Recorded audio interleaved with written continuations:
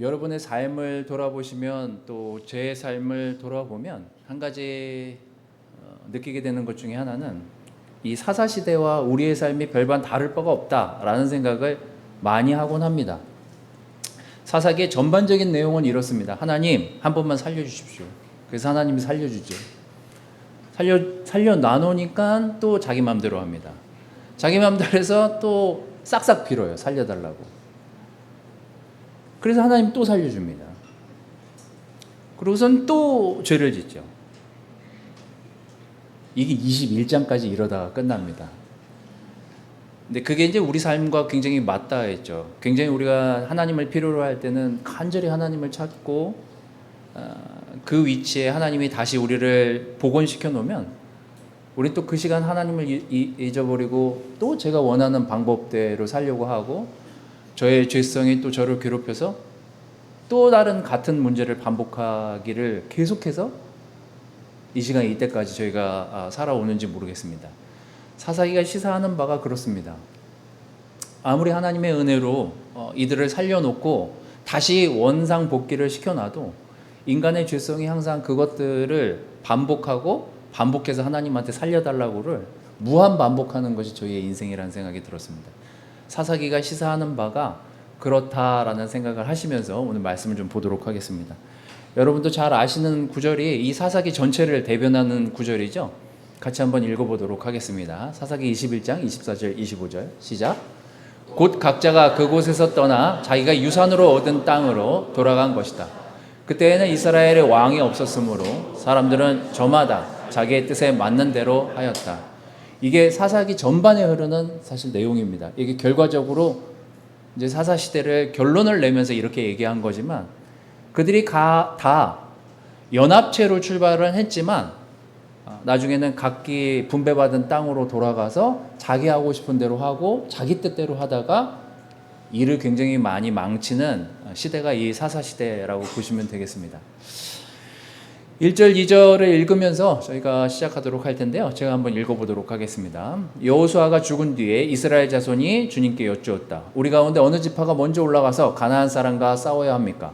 주님께서 대답하셨다. 유다 지파가 먼저 올라가거라. 내가 그 땅을 유다 지파의 손에 넘겨주었다. 이렇게 사사기를 시작하고 있습니다. 여호수아가 이제 죽고 그의 몸이 채 그 이스라엘 민족들을 떠나기도 전에 일어난 사건임을 우리가 볼 수 있죠. 1장 1절 2절을 보면 여호수아가 죽은 지 얼마 되지 않았을 때예요. 시기는. 자, 그들에게 있어서 하나님을 대변하고 하나님의 목소리를 듣고 인도하던 두 명의 인도자가 사라지게 됐습니다. 모세가 그랬고 여호수아가 그랬습니다. 근데 이스라엘이 아직 가나안을 다 정복하기 전이에요. 하나님이 이스라엘 백성들에게 약속하신 것은 내가 가나안 땅을 너희들에게 주겠다라고 했지만 이 여호수아가 죽을 때까지만 해도 가나안을 다 정복하지 못한 상태입니다. 들어가긴 했지만 그들이 완전히 정복하지 않은 상태에서 여호수아가 생을 마감하게 됩니다. 근데 여기 보면 왜 유다 지파한테 먼저 올라가라고 했을까? 이 내용도 제가 좀 뒤에 보도록 하겠습니다. 자, 여호수아가 이제 사사기로 넘어가기 전에 유언을 남깁니다. 그가 남긴 유언을 읽어드리도록 하겠습니다. 그러므로 삼가 조심하여 주 당신들의 하나님을 사랑하십시오. 만일 당신들이 이것을 어기고 당신들 가운데 남아있는 이 이방 민족들을 가까이 하거나 그들과 혼인관계를 맺으며 사귀며 주 당신들의 하나님이 당신들 앞에서 다시는 이 민족들을 몰아내지 아니하실 것이라는 사실을 분명히 아십시오. 그들이 당신들에게 올무와 덫이 되고 잔등에 채찍이 되며 눈에 가시가 되어 끝내 당신들은 주 당신들의 하나님이 주신 이 좋은 땅에서 멸망하게 될 것입니다. 이렇게 여호수아가 예언을 하죠. 24장 20절 22절에는 그들의 맹세가 나오고 그리고 여호수아의 죽는 장면이 나옵니다. 뭐라고 얘기하냐면 만일 당신들이 주님을 저버리고 이방신들을 섬기면 그는 당신들에 대항하여 돌아서서 재앙을 내리시고 당신들에게 좋게 대하신 뒤에라도 당신들을 멸망시키시고 말 것입니다. 그러자 백성들이 여호수아에게 말하였다. 아닙니다. 우리는 주님만을 섬기겠습니다. 당신들이 주님을 택하고 그분만을 섬기겠다고 한 말에 대한 증인은 바로 여러분 자신들입니다. 그러자 그들이 대답합니다. 우리가 증인입니다. 이 일을 마친 다음에 주님의 종 눈의 아들 여호수아가 죽습니다. 우리랑 똑같지 않습니까? 제가 다시는 이 죄를 반복하지 않겠습니다. 제가 다시는 하나님 앞에 부끄러울 일을 하지 않겠습니다라고 우리는 하지만 늘상 우리의 삶에서 우리의 약한 부분이 건드려지고 약해지기 시작하면 우리는 우리가 하나님과 했던 약속을 쉽게 저버리고 또 죄 가운데 빠지고 일어나기를 반복하죠. 이 사사기 시대가 그렇습니다. 이 1절, 2절에 보면 유다 지파가 먼저 올라가라고 한 이 내용은 유다 지파가 뭘 잘못해서가 아니라 야곱이 이 죽으면서 12 자녀들에게 유언을 할 때 유다 지파에 대한 예언을 합니다. 그래서 이 유다 지파가 먼저 이 사사 시대에 공격을 감행하게 되죠. 하나님이 유다 지파한테 먼저 하라고 한 이유가 이 야곱의 예언 때문입니다. 예수님의 혈통이 어딘지 아시죠? 바로 이 유다 지파에서 시작이 됩니다. 지나서 이 유다 지파에서 예수님이 나오죠. 창세기 49장 8절 10절에서 야곱이 이런 예언을 합니다. 유다야, 너의 형제들이 너를 찬양할 것이다. 너는 원수의 멱살을 잡을 것이다. 너의 아버지의 아들들이 내 앞에 무릎을 꿇을 것이고 유다야, 너는 사자새끼 같을 것이다. 나의 아들아, 너는 움킨 것을 찢고 굴로 되돌아갈 것이다. 엎드리고 웅크리는 모양이 수사자 같기도 하고 암사자 같기도 하니 누가 감히 범할 수 있으랴. 임금의 지휘봉이 유다를 떠나지 않고 통치자의 지휘봉이 자손 만대까지 이를 것이다. 권능으로 그 자리에 앉을 분이 오시면 만민이 그에게 순종할 것이다. 여러 지파 중에 이 유다 지파가 통치자로서의 지파로서 자리매김할 것이다를 이미 창세시대에 야곱을 통해서 예언을 한 바가 있습니다. 그래서 이 사사시대에 인도자가 정해지지 않았을 때 하나님이 유다 지파 보고 공략을 하라고 명령을 하시죠. 근데 이 사사시대를 쭉 여러분들이 읽어보시면 문제가 어디서 비롯되냐? 모두 다 각자 도생하려고 하면서 문제가 생기기 시작합니다. 여러분들이 사사시대에 읽어보면 대표적인 인물이 누구죠? 삼손. 혼자 하잖아요, 혼자. 이제 처음엔 이러지 않았습니다. 기드온. 사람들이 모이지 않아서 기드온하고 300명 정도가 이제 나중에 하나님이 추려서 그들끼리 모여서 하나님의 인도하심을 받아서 전쟁을 치르게 되죠. 이 함께함이 줄어드는 것이 이 사사시대의 이스라엘 민족이 굉장히 위험에 처하게 되는 원인을 제공합니다. 사사기 1장 우리가 보려고 한 오늘 본문 3절 4절 여기까지는 아주 분위기가 좋습니다. 한번 같이 읽어보도록 하겠습니다. 3절 4절 자 시작. 그때 유다 지파 사람들이 자기들의 동기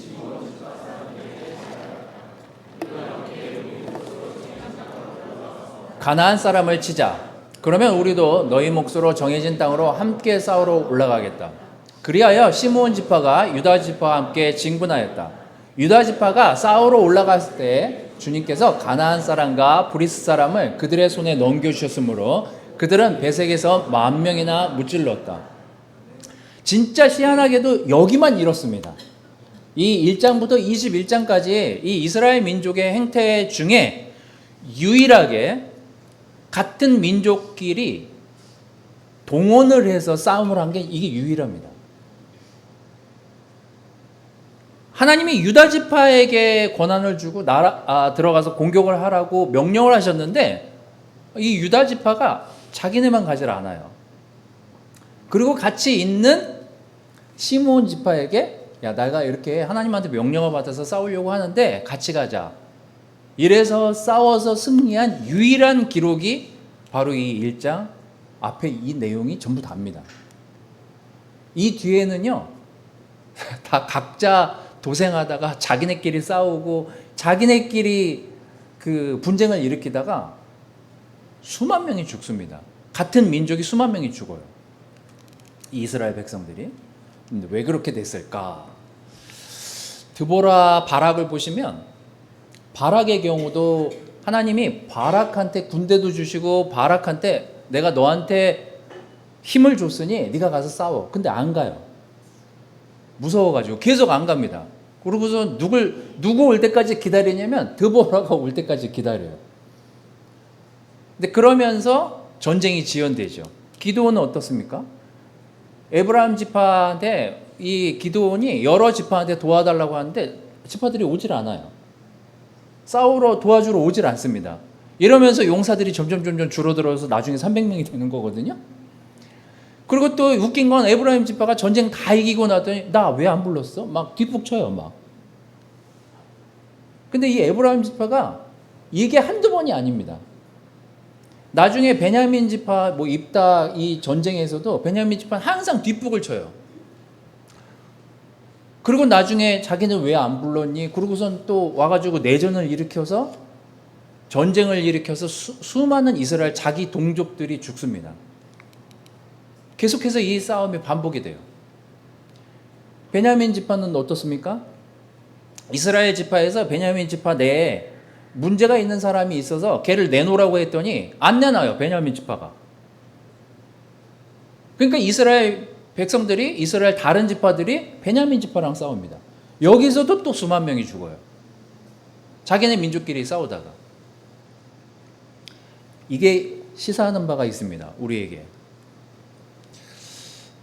저도 그렇고 여러분도 그렇고 혼자 일하는 게 편합니까? 같이 일하는 게 편합니까? 혼자 하는 게 진짜 편해요. 내 방법대로 할 수 있기 때문에. 근데 교회도 그렇고 사회도 그렇습니다. 저도 저 혼자 하는 거 되게 편안하게 생각하거든요. 나는 뭐든지 다 잘할 수 있을 것 같아서 제가 막 시키면 답답할 때가 있어요. 그래서 막 제가 막 알아보고 막 하면 편해요. 근데 문제는 뭐예요? 거기서도 좌충우돌합니다. 근데 여러분 바이블톡도 그렇고 여러분의 가족이라는 구성원도 그렇습니다. 뭘 할 때 여러분이 혼자 해결하려고 하면 그것처럼 편할 때가 없죠. 근데 하나님은 협업하길 원하세요. 같이 하길 원하십니다. 그게 어쩌면 교회라는 것이 가지고 있는 특수성인지도 모르겠습니다.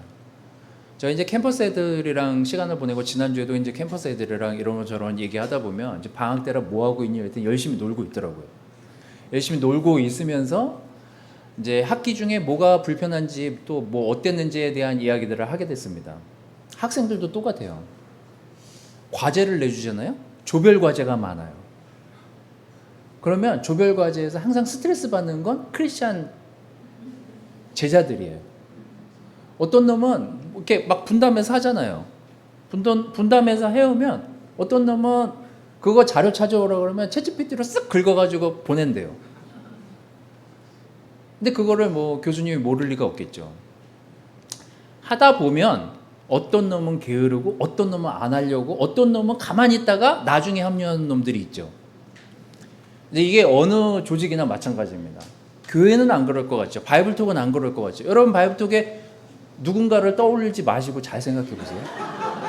여러분 바이블톡에 같이 하자 그러면 뺀질거리는 사람이 꼭 있고 같이 하자 그러면 나는 못해 이런 사람이 있고 같이 하자 그래 같이 하려고 그러면은 나중에 다 밥상 차린 다음에 숟가락 얹는 사람이 또 있고. 근데 그러면서 우리가 배우게 되는 거예요. 그래서 내가 여기 필요하구나 를 배우게 되는 거예요. 저는 교회는 또 우리 소그룹이라고 하는 그룹은 하나님이 우리에게 믿음을 주시고 함께 하라고 만들어준 작은 믿음의 공동체잖아요. 우리의 신앙이 때로는 다 똑같이 믿음이 높을 수가 없습니다. 또 다 똑같이 잘 지낼 수가 없어요. 다 똑같이 영적일 수가 없습니다. 근데 그래서 서로가 협업하는 이 믿음이 필요해요. 이제 이게 안 되잖아요. 이제 이게 여기서 어그러지면서 거기서 접게 되는 순간 이스라엘 민족처럼 내전에서 벗어날 수가 없습니다. 쟤 때문에 내가 교회에 나올 수가 없어가 그래서 되는 거예요. 근데 여러분 교회 안에 이 조직 안에 필요하지 않은 형제나 자매는 없습니다. 근데 우리가 이제 이 믿음을 가지고 여러분에 있는 그룹의 형제자매들을 보는 게 되게 중요해요. 네, 여러분 그룹 안에 있는 약한 형제나 자매나 또 이상한 형제나 자매나 그런 형제가 존재하는 이유는 그걸 통해서 우리의 신앙을 성숙시키는 과정이라고 우리가 생각하지 않으면 쉽게 시험에 듭니다. 근데 이 이스라엘 민족의 문제가 뭐였냐면 쉽게 다른 그 지파를 판단하면서 전쟁이 그치지 않거든요. 내가 제일 잘 나가가 이 사사시대에 퍼져 있는 풍습이었어요. 유다는 유다 지파대로 자기 끼가 있고, 베냐민은 베냐민대로, 에브라임 지파는 에브라임 지파대로 자기가 잘하고 있는 것들이 있으니까 남과 협업하려고 하지 않습니다. 걔랑 같이 해서 더 나아지지 않을 거라고 생각하니까 각자 도생을 해요. 그러면서 이 이스라엘 민족이 내분이 일어나고 많은 사람들이 그 안에서 죽어져 나갑니다. 우리가 여기서 느끼고 배워야 되는 것들이 있는 거죠. 여러분, 우리는 20년, 25년 잘 늘지도 않는 교회에 같은 사람들을 계속 보고 있으니까 장단점도 너무 잘 알아요. 우리 안에. 그러니까 우리가 우리 안에서 너무 서로를 잘 알고 있다 보니까 걔가 뭘 못해. 그럼 뻔하죠. 또 걔야. 또 그 형제야. 또 그 자매고. 또 그 자식이야. 이제 이러면서 이제 이게 갈등의 불씨가 되거든요. 근데 여러분, 이 안에서 우리가 이제 협업하고 우리가 신앙적으로 높낮이가 어느 순간 존재할지는 모르겠지만 그것들을 하나님이 주신 자녀와 형제 자매라고 생각하면서 그 환경을 바라보지 않으면 쉽게 시험 들기 쉬운 게 조직입니다. 그게 저희 교회 안에 그룹들이에요. 그래서 여러분들이 좀 불편하더라도 이것들을 어떻게 이 순간 영적으로 이 상태를 극복해 나갈 것인가가 우리에게 숙제입니다. 그래서 여러분들이 여러분 그룹을 보면서 진단도 하지만 어떻게 하면 이 그룹이 더 영적이 될 수 있을지에 대한 판단을 좀 더 해보시는 것이 더 이 사사시대를 똑같이 답습하지 않는 지혜라는 생각이 좀 들었습니다. 자, 성경은 협업에 대한 구절들이 굉장히 많이 나와요. 제가 몇 개만 가져왔는데 한번 읽어보도록 하겠습니다. 그 얼마나 아름답고 즐거운가. 형제자매가 어울려서 함께 사는 모습. 이제 이게 시험에 들면 어떻게 보여요? 그 얼마나 힘든가. 형제자매가 어울려서 함께 이걸 언제까지 해야 되나. 이제 이렇게 되는 거죠. 빌립보서 2장 4절 5절 말씀을 잘 보십시오. 여러분은 자기 일만 돌보지 말래요. 자기 일만 돌보면 편하죠. 서로 다른 사람들의 일도 돌보아 주십시오. 힘들더라도 그렇게 하래요. 여러분 안에 이 마음을 품으십시오. 그것은 곧 그리스도 예수의 마음이기도 합니다. 우리가 이 안에서 사랑과 헌신과 믿음의 본을 배워야 되는 굉장히 중요한 구절입니다. 히브리서 10장 23절 25절 말씀은 이렇게 얘기하십니다. 우리에게 약속하신 분은 신실하시니 우리는 흔들리지 말고 우리가 고백하는 소망을 굳게 지킵시다. 그리고 이렇게 하래요. 마음을 쓰래요. 사랑과 선한 일을 하도록 격려하래요. 어떤 사람들의 습관처럼 우리는 모이기를 그만하지 말고 서로 격려하여 그날이 가까우는 것을 볼수록 더욱 힘써 모이랍니다. 여러분, 세상에서도 힘들고 지치는 일들이 굉장히 많아요. 이 안에서도 서로 지치고 힘들 수 있죠. 하지만 우리는 세상과 다르게 반응할 수 있는 믿음이 필요합니다. 여러분, 그룹을 다시금 돌아보고 모이기를 힘쓸 뿐만 아니라 마음을 써서 사랑과 선한 일을 하도록 서로가 격려하는 그룹이 되시기를 바라겠습니다. 제가 얘기하려고 하는 건 사실 이 두 번째 포인트입니다. 악을 잡으려다가 악이 되어가는 과정을 이 사사기에 굉장히 많이 볼 수 있습니다. 삼손 같은 경우가 대표적인 경우 아닙니까? 하나님의 나시린으로 대표적으로 하나님을 대신해서 블레셋 군들을 치다가 자기가 악화되어 가는 과정을 볼 수 있습니다. 왜 이렇게 될까? 왜 이런 모습을 갖게 될까? 자, 1장 4절에서 7절 참 재밌는 내용이 나옵니다. 자, 그들이 베색에서 10,000명이나 무찌릅니다. 앞에 구절에 나왔죠? 그곳 베색에서 그들은 아도니 베색, 어떤 그 대표 지역이 아니고, 지금 아돈이라는 게, 제가 보니까 인도자. 히브리 말로 인도자라는 뜻이에요. 베색은 어떤 지역. 그러니까 이 어떤 지역의 대표를 하고 있는, 지금으로 따지면 어떤 지방에 권력 있는 어떤 사람을 잡아다가 죽이는데, 어떻게 죽이는지를 잘 보십시오. 아도니 베색을 만나서 그가 싸워 가나안 사람과 브리스 사람을 무찔러요. 이 두 지파가. 그들은 도망치는 아도니 베색을 뒤쫓아가서 사로잡아 그의 엄지손가락과 엄지발가락을 잘라버립니다. 그러자 아도니 베색은 내가 70명이나 되는 왕들의 엄지손가락과 엄지발가락을 잘라내고 나의 식당 밑에서 부스러기를 주어서 먹게 하였더니 하나님이 내가 한 그대로 나에게 갚으시는구나 하고 탄식하였다. 그는 예루살렘으로 끌려가서 거기에서 죽었다. 잘 보세요. 잘 보십시오. 여기서 우리가 얻을 수 있는 힌트들이 있습니다. 자, 엄지손가락, 엄지발가락을 잘라보지는 잘림을 당해보신 분은 없으시겠죠, 여기. 근데 이제 대부분 여러분들이 내용을 찾아서 보시면 엄지손가락이 엄청 중요한 역할을 합니다. 엄지손가락을 자르면은 살아는 있지만 뭘 지울 수가 없습니다. 지울 수가 없어요. 엄지손가락에 그만한 힘이 있기 때문에 쥐을 수가 없습니다. 엄지발가락을 자르면 어떻게 되는 줄 아세요? 서 있질 못해요. 걷질 못합니다. 엄지발가락이 이 균형을 세우는데 엄청 중요한 역할을 하더라고요. 그러니까 사람을 바보 만드는 거예요. 살려는 놓고 바보를 만드는 거예요. 이 아도니 베색이라는 사람을 근데 거기서 안 죽이고 이 가나안 사람들이 어디까지 데리고 가요? 예루살렘까지 데리고 갑니다. 근데 우리가 지금 이 읽은 내용에 보면 이게 이스라엘의 방법일까요? 가나안의 방법일까요? 가나안 방법이에요. 어느 순간 이스라엘이 하나님이 원하시는 방법대로 죽이질 않아요. 어떤 방법으로 죽여요? 가나안 문화를 답습해요. 아까 여호수아의 예언을 죽기 전에 여호수아가 한 유언을 여러분 아까 들으셨잖아요. 여호수아의 유언이 뭐예요? 그 문화를 답습하지 말아라. 너희들이 망가질까 두렵다. 그러니 그쪽 문화를 절대 답습하지 말고 어울리지 말아라.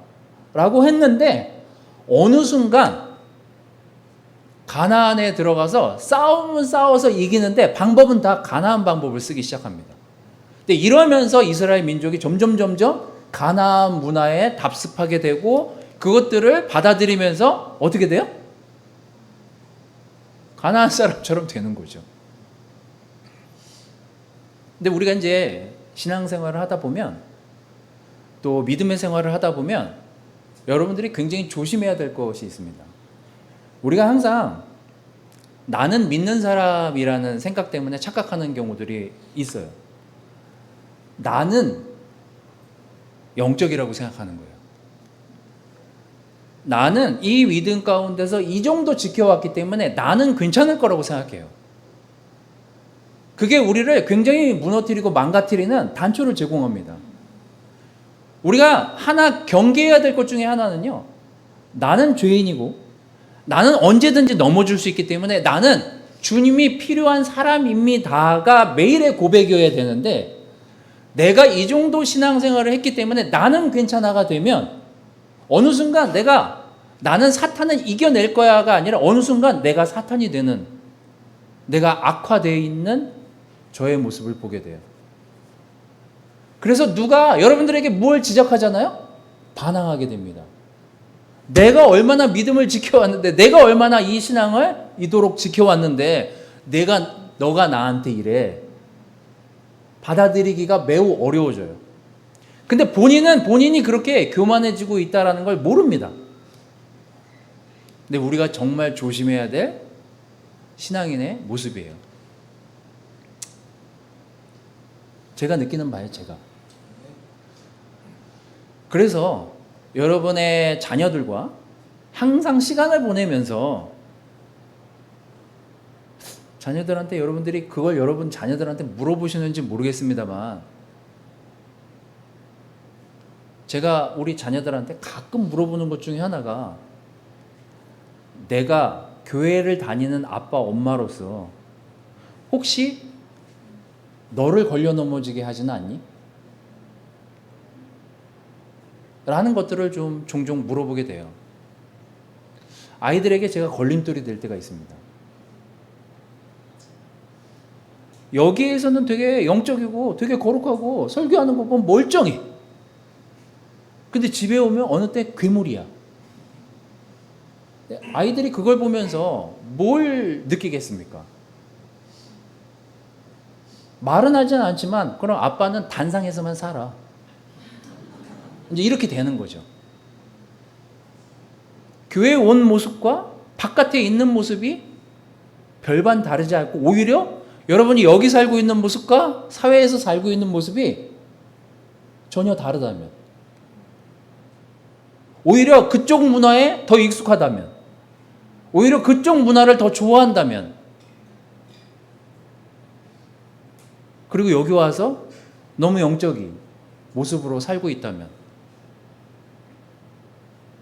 어쩌면 이 사사시대에 자기가 악화되어 있는지도 모르는 이스라엘 민족처럼 살고 있지는 않은지를 생각해 보시기를 바라겠습니다.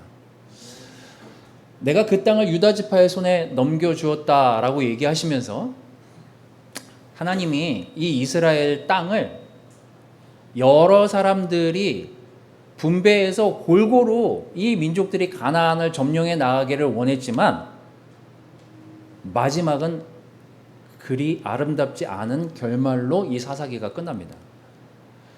오늘 골로새서 1장 21절에서 23절 말씀을 읽으면서 말씀을 좀 정리하려고 합니다. 한번 같이 읽어보도록 하겠습니다. 자, 시작. 그러므로 전에 여러분은 악한 일로 하나님을 멀리 떠나 있었고 마음으로 하나님과 원수가 되어 있었습니다. 그러나 지금은 하나님께서 그리스도의 죽으심을 통하여 그분의 육신의 몸으로 여러분과 화해하셔서 여러분을 거룩하고 흠이 없고 책망할 것이 없는 사람으로 자기 앞에 내세우셨습니다. 그러므로 여러분은 믿음에 튼튼히 털을 잡고 굳건히 서 있어야 하며 여러분이 들은 복음의 소망에서 떠나지 말아야 합니다. 골로새서가 얘기하는 게 뭐예요? 전에도 아니 어쩌면 어제도 우리는 하나님을 떠나 있다가 여기 왔는지도 모르겠습니다. 우리 몰라요. 다 어떻게 살다가 왔는지. 여러분 제가 어떻게 살다 왔는지 모르잖아요. 제가 여러분들이 어떻게 살다 왔는지 모르고. 우리가 하나 잊지 말아야 될 것 중에 하나는 하나님이 부르셔서 하나님이 용서하셔서 이 자리에 있는 게 나라는 사실만 기억하십시오. 하나님이 나에게 은혜를 베푸시고 어제도 그제도 그저께도 용서하셔서 지금 이 자리에 믿음의 자리로 또 여러분이 제자라는 이름으로 여기 앉아 있는 거예요. 그걸 인식하지 않으면 어느 순간 우리가 악화되어 있는 내가 무엇을 잘못하고 있는지 모르게 됩니다. 믿음의 경계가 무너질 때가 언제일까? 제가 사사기를 읽을 때마다 느끼는 것. 점점 고립돼요. 주변에 사람이 없어. 형제가 없어. 자매들이 없어. 연결도 안 해. 그래서 바이블톡에서 쟤는 저래서 안 되고 쟤는 저래서 안 되고 이 바이블톡은 꽝이야. 그래서 나 혼자 차라리 바이블톡에 혼자 하는 게 낫겠어. 이제 그래갖고 나홀로 신앙이 되는 경우에 이제 결국은 그 무리에서 떨어져 나가는 경우들이 생겨나게 됩니다. 여러분의 신앙생활은 어떻습니까? 내가 이렇게 좀 약할 때 누군가로부터 믿음의 도움을 받으려고 하고 함께 기도해달라고 하고 함께 이것들을 이겨나가려고 서로 그렇게 협업하고 있는 믿음의 공동체로 여러분 그룹이 있는지 아니면 지금도 불만 가득한 상태로 이 그룹에 여러분들이 있는지 한번 생각해 보시기를 바라겠습니다. 자꾸 자기가 정당하다고 얘기하지 말고 내가 좀 하나님 앞에서 무엇이 부족하고 또 내가 지난주에 내 삶이 어땠는지를 돌아보고 오늘도 죄인이라는 마음으로 이 자리에 왔다면 정말 아멘입니다. 하지만 나는 열심히 살았는데 너는 그렇게 살았어? 그래서 너는 안 돼. 라는 신앙인으로 오늘 왔다면 다시금 하나님이 우리를 어떻게 부르시게 됐는지를 생각해 보시면서 이 사사기에 나오는 이 1장 1절에서 7절 말씀을 잘 묵상해 보시고 이 21장까지 이어지는 사사시대에 일어나는 많은 사람들의 문제가 무엇이었는지를 들여다보고 본질적으로 우리가 우리의 신앙생활을 앞으로 한 주를 어떻게 보낼지를 생각해 보시는 지혜로운 형제자매들이 되시기를 바라겠습니다. 옆에 있는 분들에게 같은 그룹이 지금 앉아 있나요? 되도록 같은 그룹에 앉아 있나요? 여러분이 있어서 감사한 거예요. 옆에 있는 분이 있어서 감사한 거라고요. 옆에 있는 분이 힘들면 안 돼요. 그렇게 여러분 그룹에서 즐거운 점심을 드시면서 교제하시기를 바라겠습니다. 말씀 마치도록 하겠습니다.